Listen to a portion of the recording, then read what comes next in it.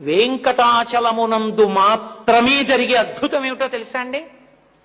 శిశువు నుండి వృద్ధుడి వరకు, స్త్రీ పురుష పండిత పామర కుల మత వర్ణ వివక్ష లేకుండా ఆనంద నిలయంలోకి మీరు ఇలా వెళ్ళి చూడగానే ఒక పెద్ద రాశీభూతమైన విద్యుత్ ఎలా లాగేస్తుందో అలా ఆయన మీ మనసు లాగుతాడు.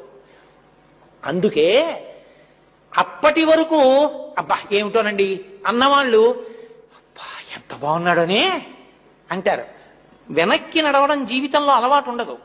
తోసేస్తున్న గోవిందా గోవిందా గోవిందా గోవిందా బయటికి వచ్చి కూడా ఇలా చూస్తుంటారు తొంగి. ఎలా ఉంది ఏం చెప్పనండి అంటాడంతే. అంటే నువ్వు ఎంత ప్రయత్నం చేసినా మనసు నిలబడదు.